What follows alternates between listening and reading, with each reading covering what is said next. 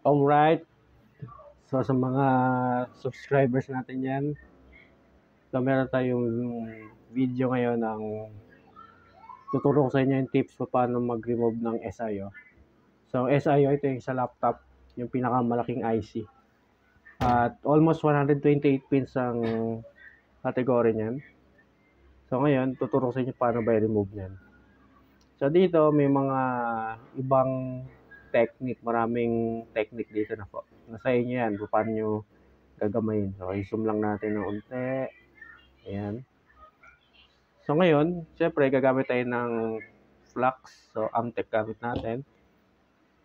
At yung iba namang mga technician, so, depende yan sa inyo kung paano saan kayo komportable. Ang unang ginagawa nila is, tawag nito, nire-resolder muna itong mga pin. Na po. So, lahat yan, pinapainitin na para lumambot. Para pag hinat air is, madali na lang matanggal. So, ngayon, sa ating video, ay ano natin, direct na tayo. Hot air na. So, kayo dyan sa screen, so ngayon ito yung microscope. Sa microscope po titingin. Para sakto. So, ang gagawin natin muna, dito sa technique ko is, lagyan ko muna ng mga flux sa bawat corner. Yung mga pin. Para pag pinainitan natin yan, is kakalat na lang. So, ngayon, ang hot air ko, ang temperature nito sa sugon, 2090 is 346 para sa init. At sa hangin is around 50. Sa iba, kung analog sa iyo, siguro mga 5. Number 5.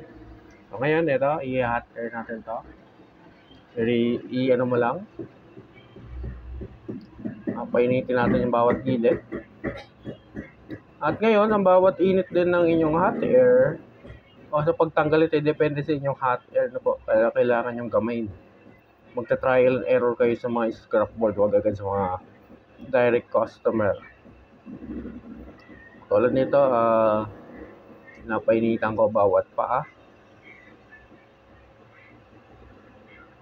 So, ganito ang technique natin.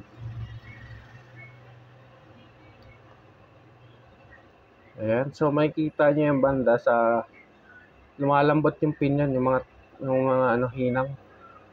Makikita nyo yan na nagiging lalong silver. Ibig sabihin, lumalambot na yung copy. So, ngayon ito, gamit ko ng long tweezer. Tumalsik. Mga tumuturog. Yung turog na yun is galing sa yun. Dito sa tawag ito, tingga. So, nakita nyo na tanggal na natin. So, ganyan yung technique ko.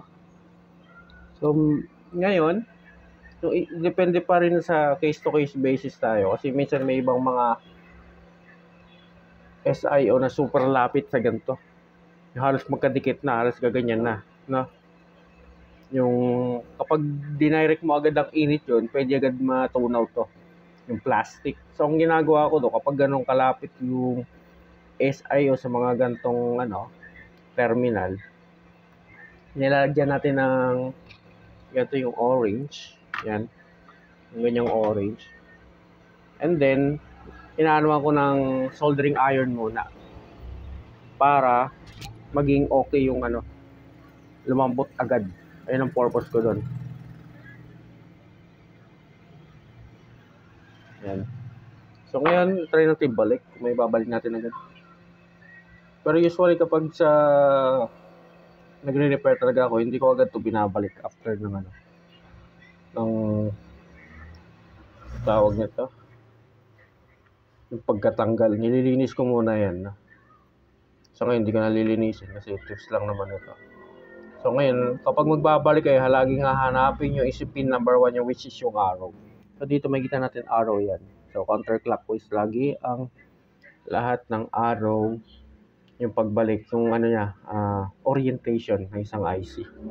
So ngayon, hindi ko na siya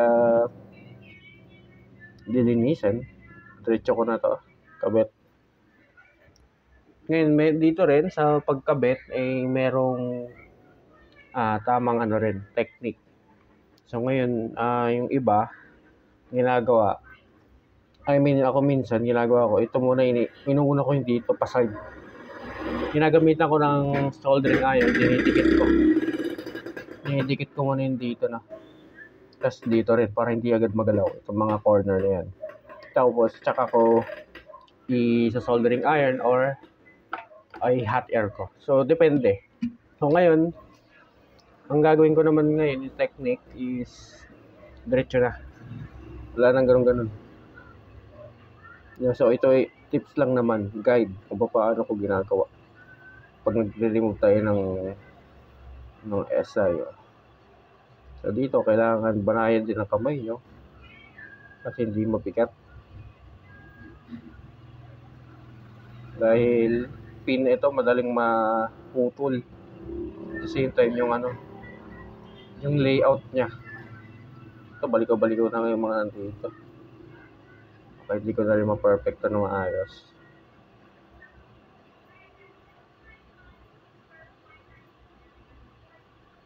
Try natin kung kakayanin para natin madikit. Medyo wala na sa hulog yung mga pin. Nagtunugan na kasi. Alright.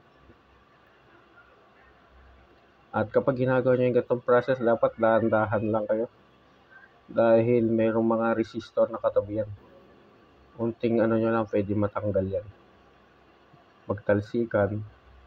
At pwede mag-cause ng no power or no display ang inyong laptop.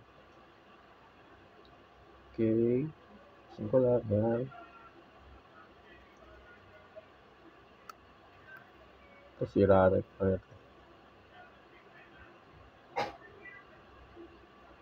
Matunog na. Dikit ko na lang.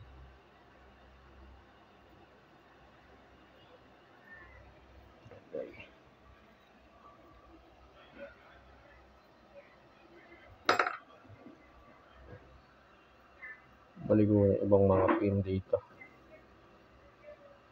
Kaya kapag naman nabalik ko niya yan guys, pwede naman tawag nito, ituwid. Ayusin niyo yung pin.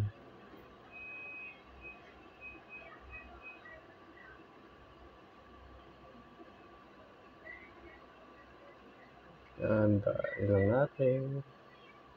Pero pag actual na guys, yung pag may nire-repair ako, hindi na ganito. Need ko talagang ayusin. Pakapit lahat ng pin. Linisin mabuti. Yung halos kapag tinignan mo is parang bagong-bagong lapag. Yung SIO.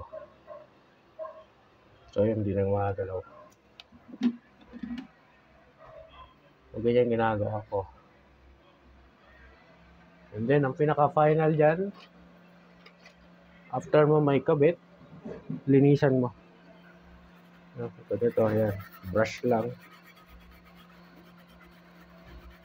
Tapos, check mo ang bawat pin is kung ito ay nakakabit talaga ng maayos.